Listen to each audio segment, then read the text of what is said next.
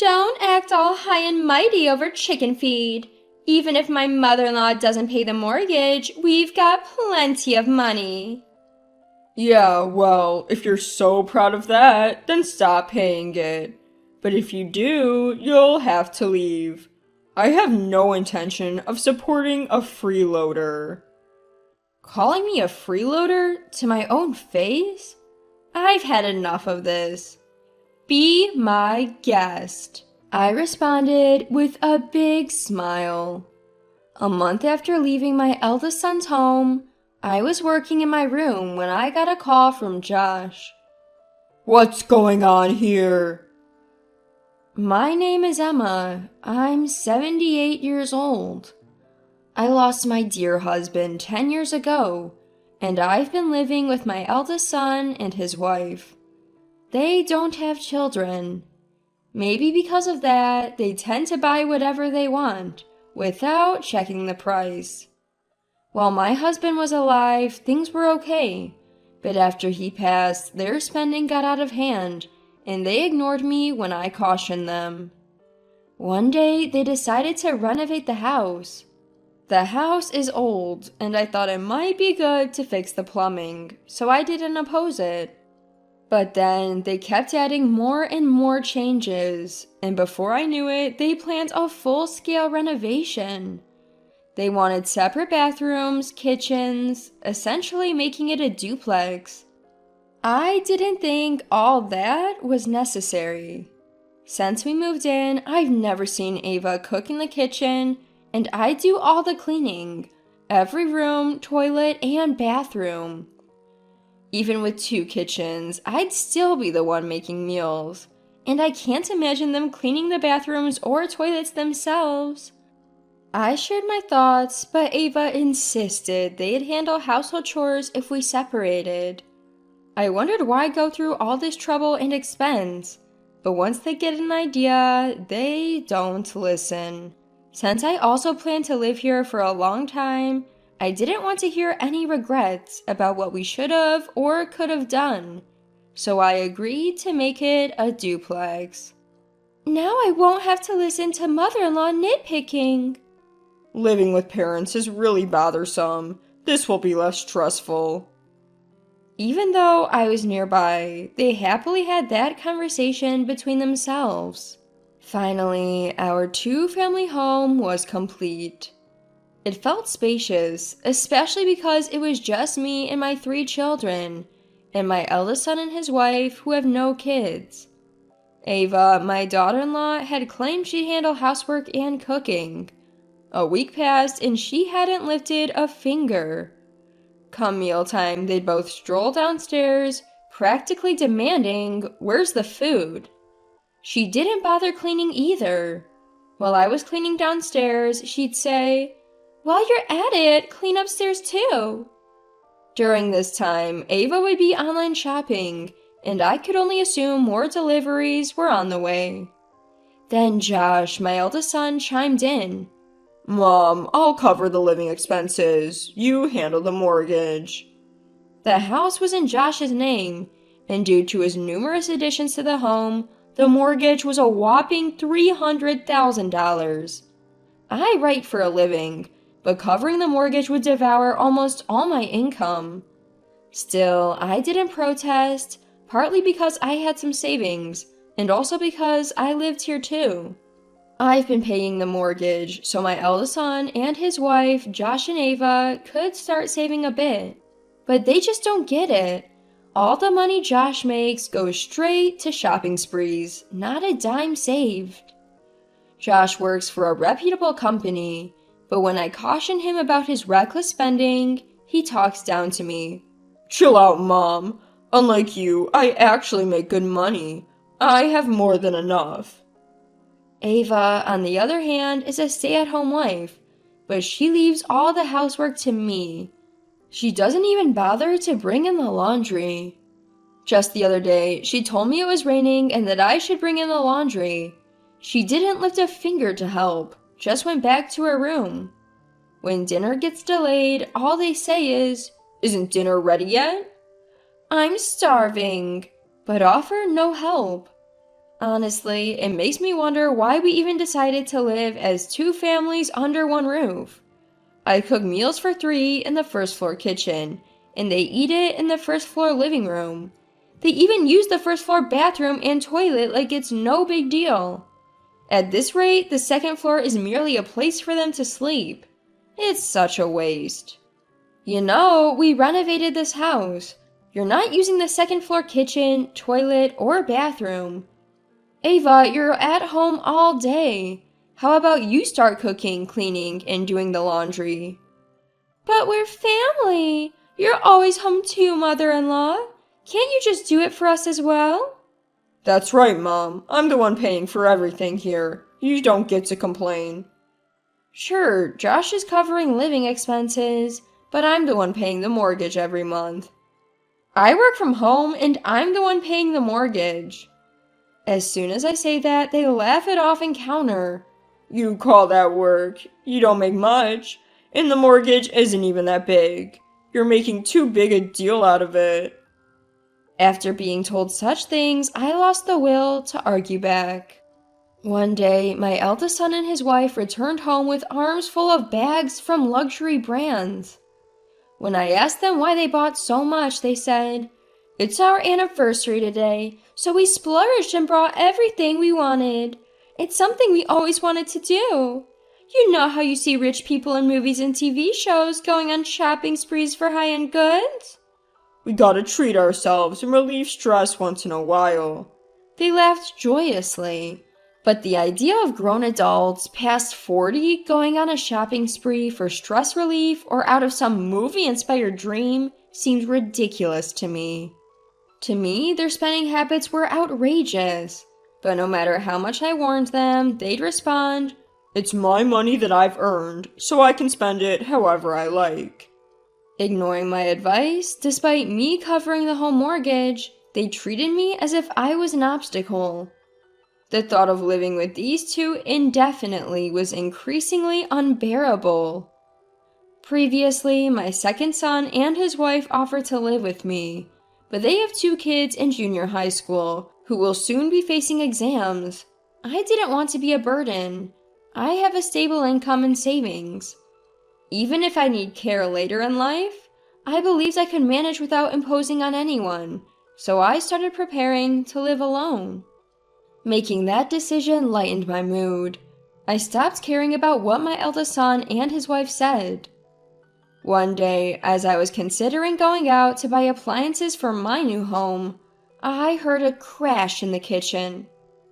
I rushed over to find Ava standing there, shards of a broken teacup shattered at her feet.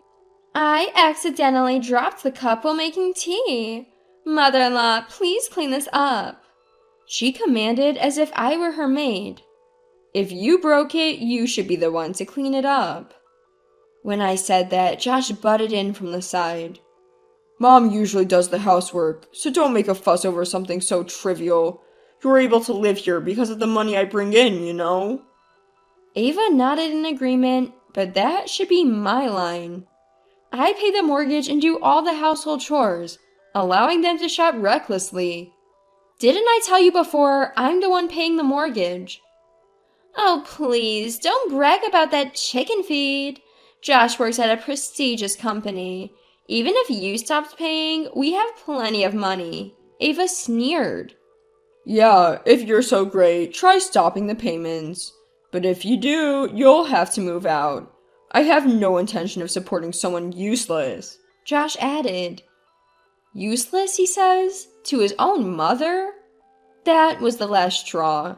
I can't take it anymore. "Sure thing," I said with a wide smile.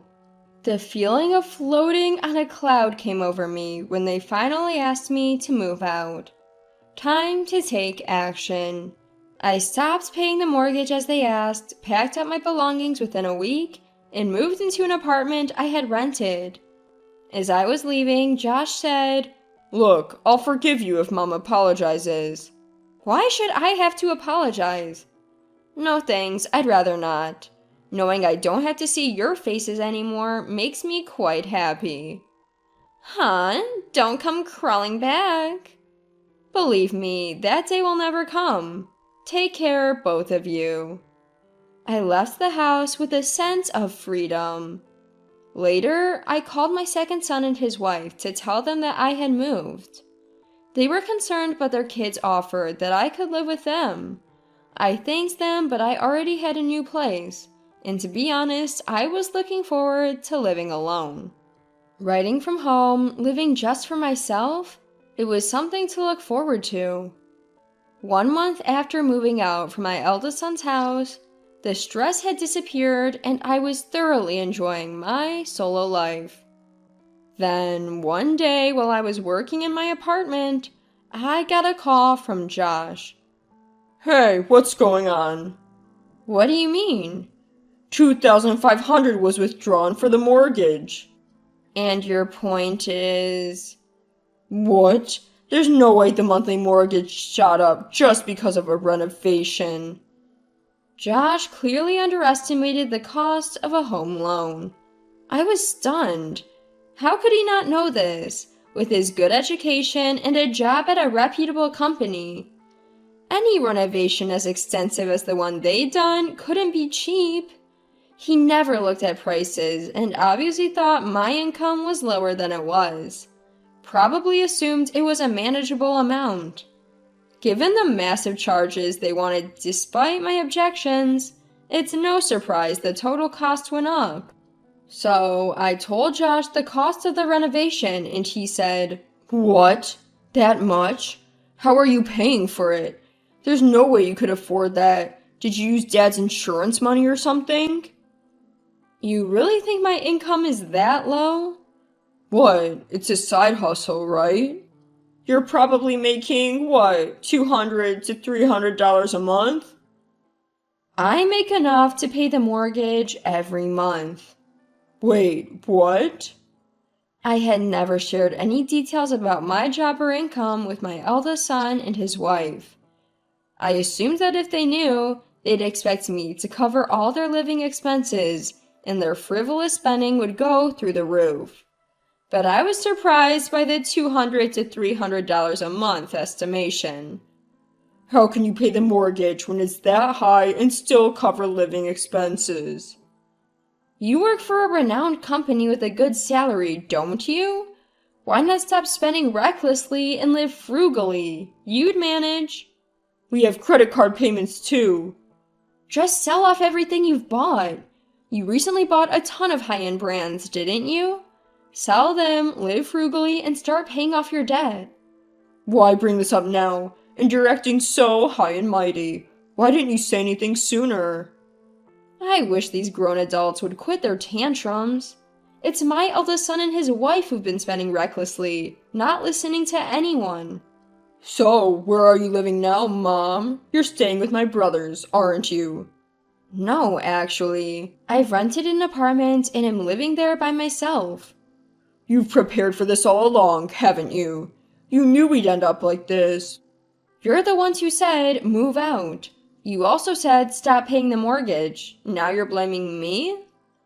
At a loss for words, Josh finally said, "Let's live together again." After finally getting to live alone and relax, there's no way I'd move back in with you guys. Especially if it means I'd have to cover the mortgage and do all the housework again. No, thank you. Josh didn't have a response when I laid it all out like that. A few weeks later, this time a call came in from Ava. Mother-in-law, please come back home. The house feels so empty with just Josh and me. We really miss you. Her voice was unusually soft, almost whiny. I thought, why not just be honest instead of trying to manipulate me with such an obvious lie? Did Josh tell you about my job situation and how I'm not responsible for the house loan anymore? I have no plans to come back. You two should figure out how to cut costs. But it's too late for that. We've already maxed out our credit cards.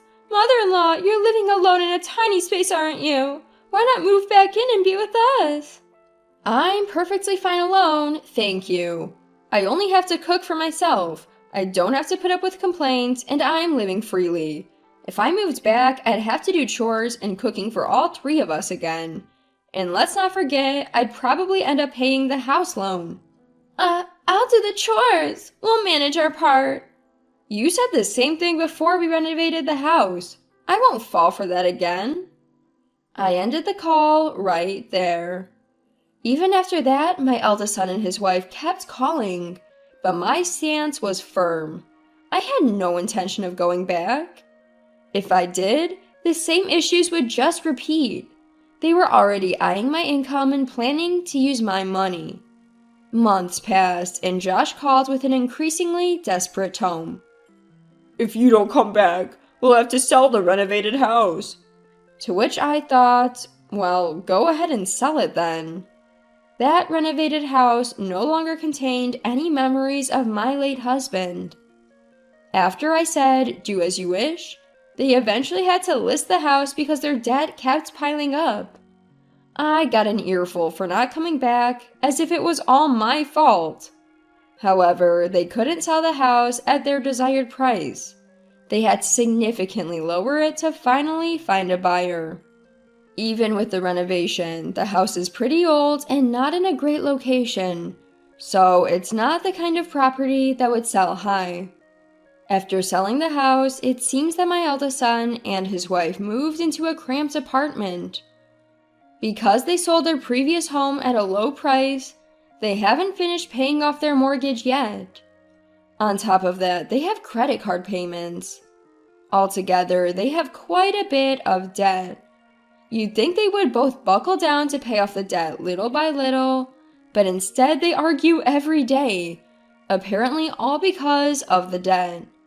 Their shared hobby used to be shopping to their heart's content, but now they can't afford to buy whatever they want without worrying about the cost. Despite that, they both have a shopping addiction and can't stop spending. They both shop in secret from each other, it seems. While each is okay with their own shopping sprees, they fight if the other one goes shopping. Josh argues that it's his hard-earned money, so it's only fair he gets to spend it. Ava counters by saying the money is not just Josh's, they're a married couple after all. Both are pushing for their own selfish needs. They're cut from the same cloth. Afterwards, Josh let his frustration at home spill over into work. He started yelling at his subordinates every day and ended up getting demoted.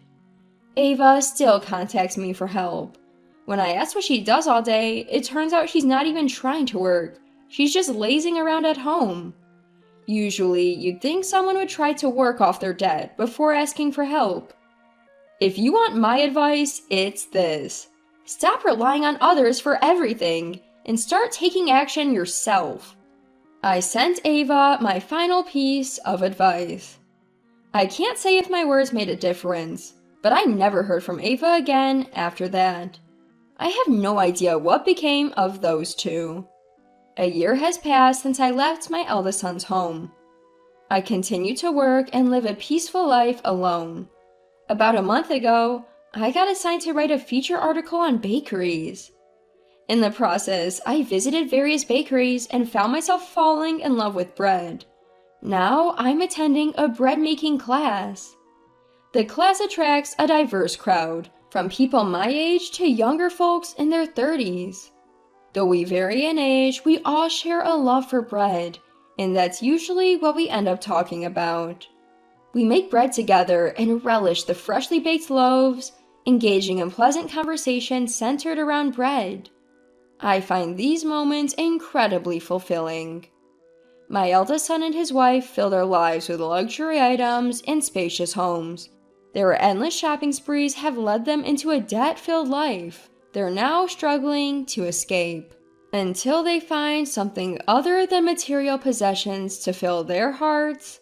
They'll never pay off their debts or break free from their current situation.